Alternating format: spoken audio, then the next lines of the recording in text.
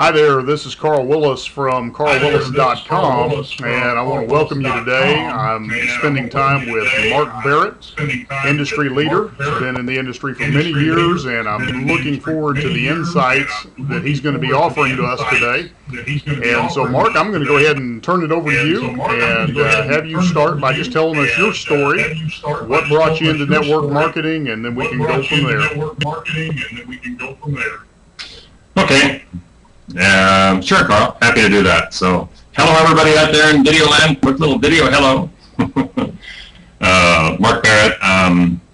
Anyway, thanks for the time on the video conference today, Carl. It was great to get to know you at the event over last weekend and run around with all those crazy internet marketers and look at all those lead generation approaches. I mean, it's an amazing world once you learn how to tap into the power of the internet. So, real quickly, my background, for those of you that don't know me, I've had the good fortune to be involved in the network marketing industry for over 25 years.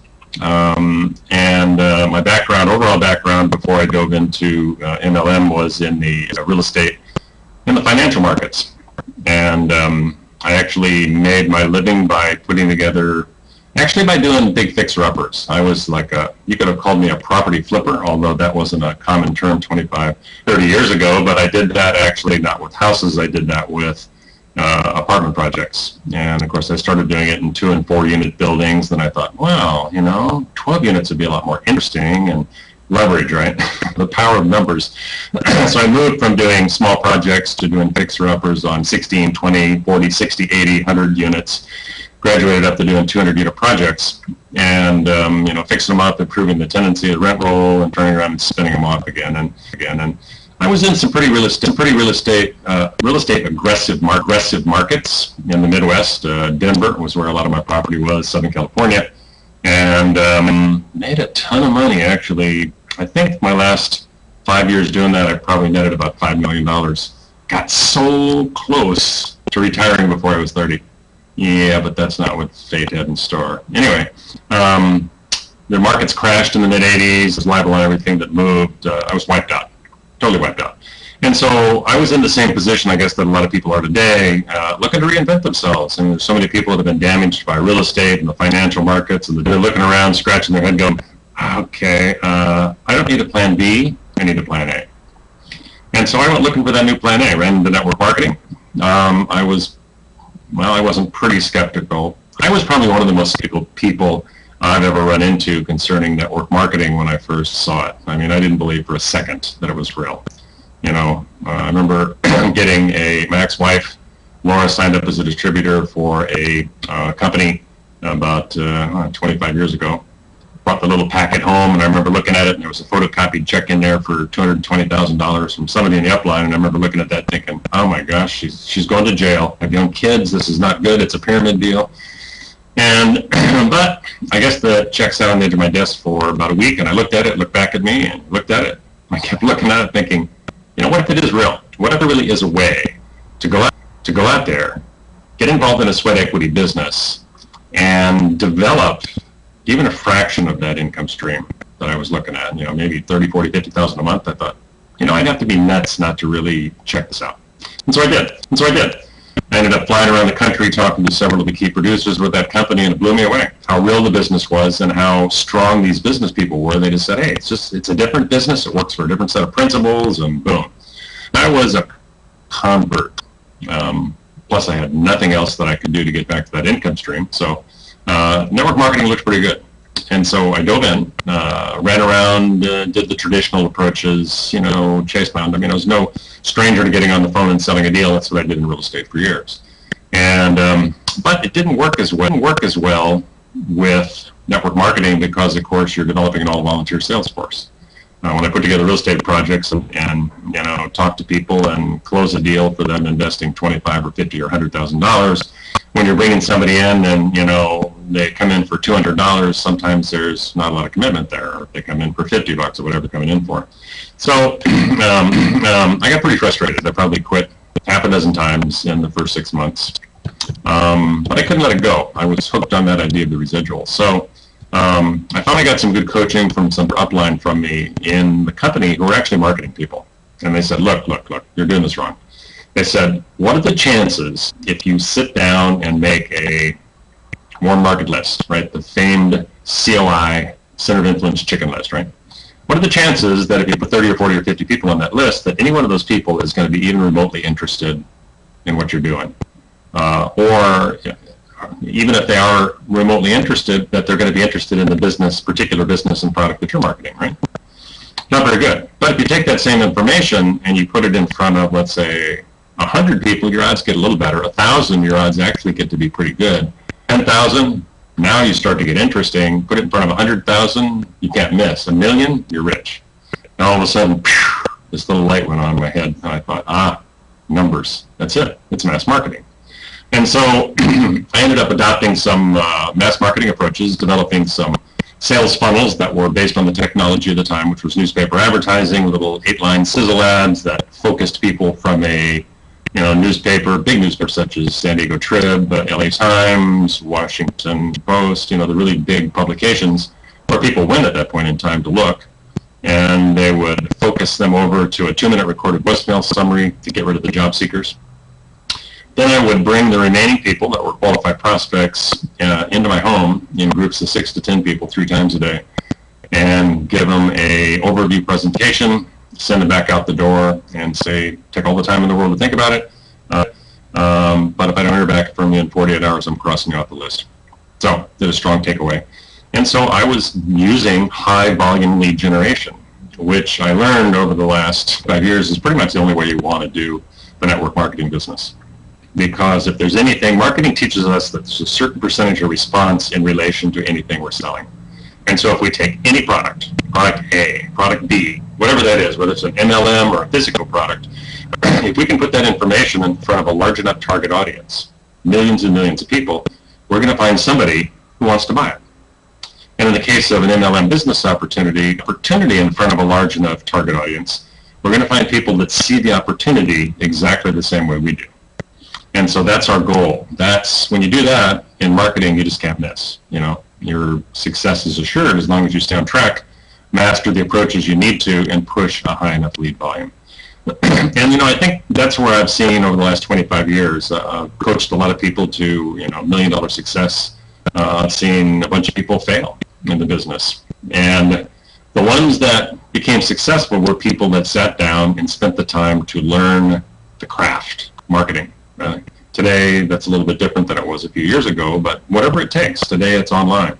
But the people that didn't were the people that, didn't make a realistic business plan, felt they were going to be rich and achieve fame and fortune in 60 days, where, there's very businesses that have that kind of potential. They just never learned how to market. They figured they were going to go out and talk to a few people, and if 5 people said no, they were gone. So, but people like that have always been in network marketing, and they're in one deal, and in the next, and in the next, and the next, playing the musical chairs of deals, trying to find the right one that's going to magically make them rich someday. But I think if you really want longevity in the network marketing industry, if you want to be in control of your own destiny, a lot of good companies out there. The bottom line is you have to learn how to market. That's the thing that makes the difference in you being ultimately successful forever in the network marketing business. Being in control of your own marketing, to where you have the ability to implement your sales strategies, no matter what company you're with, and develop a stream of leads that enables you the ability to sponsor 10 people a month. And then you always have, the power's always in your hand, right? Mm-hmm. I did a blog post several months ago called The Tyranny of the Deal. And in there I talked about this, dark underbelly of network. Everybody's always chasing the deal around. What's the latest deal? What's this? What's that? What's happening? It's new. It's fresh. And it's based on the assumption that most people, when they dive into network marketing, all they know how to do is grab that warm market list and drag those same people through each deal they go through, hoping that something's going to catch fire at some point. But the people who are smart develop a business plan, understand marketing, and they can make money in any deal. Now, of course, there are differences in dynamics of growth, early stage companies, late stage companies. There's a lot of variables that play into, the bigger and the better opportunity, I think. But the bottom line is you're always in control of your own destiny if you learn how to market. But today, fine. You have to master the lead flow where the lead flow is. And Today there's like 1.8 billion people online. 1.8 billion, I mean, that's one or two people. And so if you master the ability to reach out and tap just the smallest fraction of that traffic, just a tiny fraction of it, direct that over to something that represents your business opportunity, like a web page presentation or something, you can be rich. So in today's market, I highly encourage people to dive in, learn about online marketing strategies, learn how to use social media, you know, Facebook, Twitter, LinkedIn, you know, MySpace, learn how to use pay-per-click advertising, learn how to use SEO strategies like article marketing, and, you know, take them one at a time. But, and, you know, you can't be instantly successful in a master overnight, but most people, if they actually study it and focus and spend some time doing it, you can get up to a point of sufficiency in the online marketing world where you're using leverage and tech leads to where you can probably, within a few weeks, be generating 5 or 6, maybe even 10 leads a day. And if you do that, generate 10 leads a day consistently, it's 300 leads a month. Once you fill your pipeline and acquire some good phone skills to where you can connect with people, you're a good connector, 300 people a month, you should be able to sponsor 10 people a month into your business doing that. So that's kind of the magical formula that I used over the last 25 some years, right? Driving up traffic to be able to sponsor 10 people a month, and then sift that down to the dead serious people within that team who are actually going to go out and do something. Mm-hmm. So that's it. I've released the formula now. You've released the formula. Excellent. You've released the formula. I've released the formula. It's out in the public now. It is out now. That is a gold mine. That is a gold mine. Let me ask you this, Mark. As you've watched over the last 25 years, is there any particular quality you see that sets apart the leaders from those that just don't last long in the industry? From those that just don't last long in the industry. The leaders. Well, I would have to say, once again, it's a couple things, actually. I'd say drive, focus. I mean, what I see in the network marketing industry is the same thing you see in the business world, and that is, who are the successful people? Who are the people that aren't? Today, there are a whole bunch of people that have been disenfranchised by the economy to where, you know, they maybe had successful jobs, they were making, you know, 6 figures a year, and they were old, and now they're forced out to where they have to reinvent themselves. And the difficult thing to be able to learn if you've never worked for yourself before is the discipline of self-employment. You have to learn how to be self-driven. And once you get over that hurdle, and the second thing is, I think you've got to set really big goals. Because if you set a small goal, if you dive into any new business enterprise that is going to take some time and effort to master, and you know there's going to be frustration in it, and it's, you know, there are going to be times when you feel like tearing out your hair, but if you're doing it for $3,000 a month and a job offer comes around to where they're going to offer you $2,500, you're gone, right? Because we want to avoid gain at all costs. But if your goals are big enough, if you actually see the bigger vision of the business, like I did, to where it's like, you know, I bet you could actually use this to make $50,000 a month or even more. Now, once I set my goals high enough, there was nothing that was going to detract me from my goal. Nothing. And I think that's the problem with a lot of people. They dive into the business, they have very small goals, and you know, a few thousand a month, or you know, maybe they've never made more than $5,000 or $6,000 a month, and so they set their, you know, their threshold or their goal at what their earning potential was previously, and 5 people say no, and they're gone. They're out looking for a job again. So the entrepreneurs with the bigger vision, those are the people that stay. So I don't know, success characteristics. Just make the commitment. Take a look at the business. You know, do your due diligence. Once you're sure that the money is real and there's a path to it, if there's other people doing it, you can sure do it, even if you have to figure it all out all by yourself. You know, and usually people in network marketing share the strategies, especially if they're upline from you. Right? Here's what I did. Go and do it. And then it's simply mastering them, and mastering them can take a little bit of time. Like online marketing. I mean, I got up to 15, 20 leads a day in a fairly short period of time because I focused and took the time to really do it. and learn the strategies up front. But then I'm still, after 2 years, mastering my craft to where I can take it to the level to where I'm, going from 50 leads a day to 100 leads a day. So, but you know what? It's worth the time. You take a look at the internet today. You take a look at, the future of all advertising really is on the internet. So I think that's where people have to go. And the bigger vision is that, let's face it, in MLM, the goal most people have is 10,000. Nice round number. But, ultimately the goal is much bigger than that.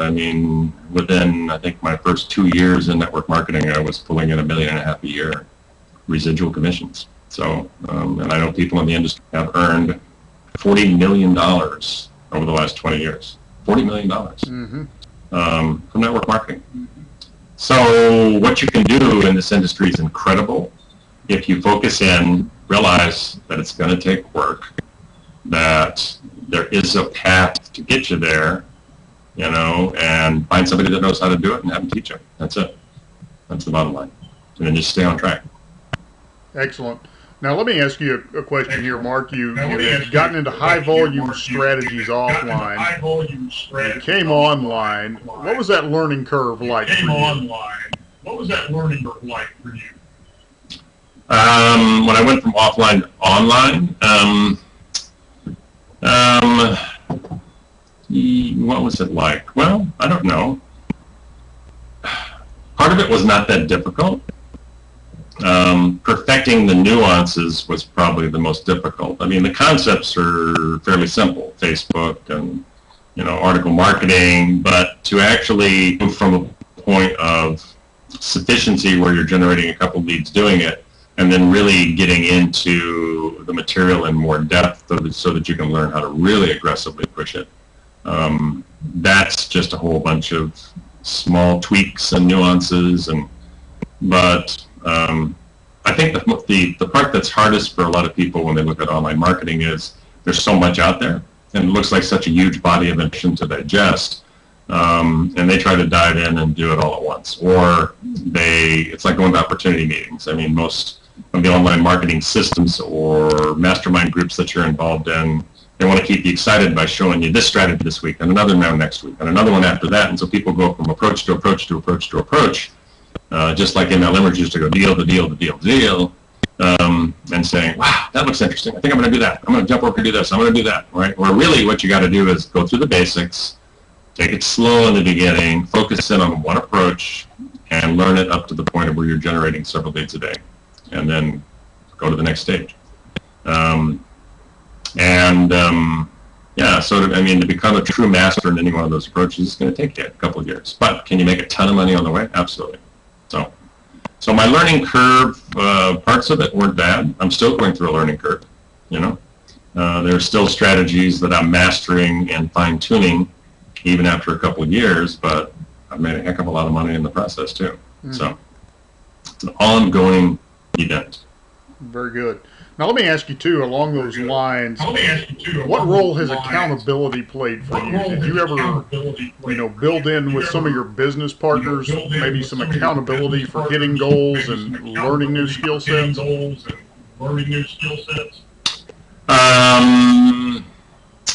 Yeah, no, I didn't. Do I think it's important? I think it can be very important for somebody that has really not mastered the discipline of self-employment. Okay, because that's where the accountability issue comes in. Once you master the discipline of self-employment and become self-driven, you are the hardest taskmaster that you will ever have. Not some running buddy who's going to call you up and say, "Come on, you didn't do the assignment. Why didn't you do it?" I'm a lot harder on myself than that. It's kind of like, I know, and I've known this for years because I've been self-employed. If I don't do it, it doesn't get done. If I don't do it, the money doesn't come in the door. That's it, bottom line. But for the new person coming into the business, if you haven't been self-employed, or if you have a problem sitting down in front of your computer and you find you're just not getting where you need to go after a few days or a couple weeks, getting into an accountability group or going with a running buddy or something like that can be great, because that way they're kind of like that surrogate boss standing in the background, helping you to be accountable to what you need to get done. So it can be good. Okay. And I want to just kind of, as we start to wrap up here, take into a statement you made a minute ago to give it time. So for a new person coming in, what kind of time frame should they be looking at to really get their business going?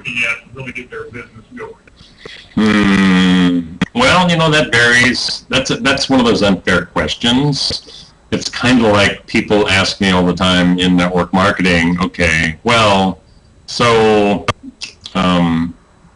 what's the average amount of income that I can expect to make in 30 days? And how many people can I expect to close? And it's like, the hard part is that everybody's different, right? I don't know what somebody's individual work style or commitment is. I know people that can do in an hour what it takes some people a week to do. Just all depends on how driven you are, how much you want to focus in, and how much you want to adopt it. Interesting story that you just reminded me of is that I had a guy, when I would bring people into my MLM for years, I would do a 48-hour training. So I would bring people in, and then within 48 hours, I'd have them make sure they would go through the material. I kind of forced them to go through the material. And then I would sit down with them or get on the phone with them and then walk them through a business plan session. And generally speaking, most people got through almost all the material. There were usually a whole bunch of questions. And then I sponsored a guy who was a doctor. And the doctor, when I got into the training, he blew me away. I mean, there were really one or two small questions. He had gone through the material. He knew it backwards and forwards. But to go through medical school and to go through, college and then grad school and, medical school and all that stuff, you had to become a student. You had to learn the process of being a student. And he had mastered it. Doctors do, because there's huge bodies of information they have to master, and then they have to learn new stuff as they go every day. So that's kind of like what we do. So when somebody new dives in, how good of a student are you, right?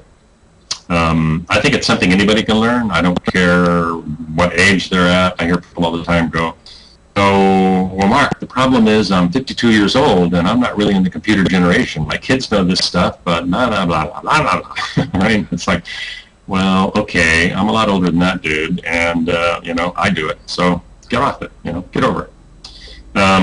I think that if somebody comes into the business, focuses, and really spends the time necessary to buckle down and really go through the material, there's no reason why within a few weeks they should have their marketing system set up and they shouldn't be generating a few leads. And then you just build on that strategy.